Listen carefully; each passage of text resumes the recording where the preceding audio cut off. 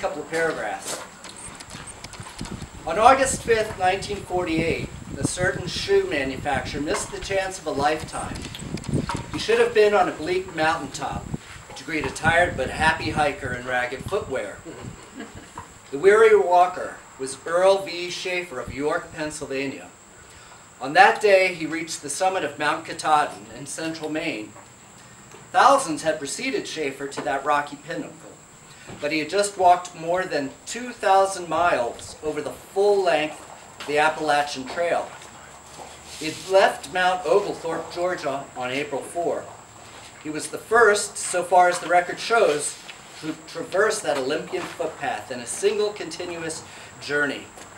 I asked the redoubtable hiker how many pairs of shoes he wore out in 4 months of hoofing it over rock and rubble, on leaf mold and pine needles, through swamp and stream bed. 1 pair of boots lasted the whole way, he replied, but they were in tatters at the end.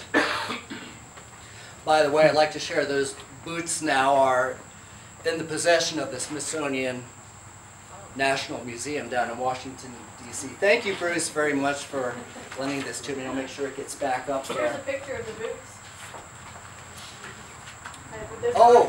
Smithsonian magazine. They have a picture of the boots. This is the picture of the boots. Just a little side story here. Earl went down to the National Museum and did an interview, and he gave them his pack and a few other accoutrements that he had used.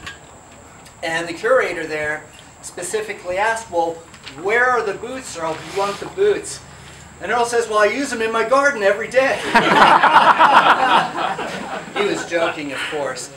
He had forgotten to bring them, so I went up following week and I brought them down to my house, and they were in my bedroom. And at the time, one of my nephews, James David, who was about 6 years old, he was over, and he saw the boots on the floor, and he said, who are those? And I said, they belong to Earl Shaffer. And he said, who was that? And I said, he was the first person to ever hike the Appalachian Trail. He goes, wow, can I put my feet in them? Sure, why not? And he remembers that. And when I told him that those boots are now in the Smithsonian Museum, he said, wow, does that mean I'm famous too?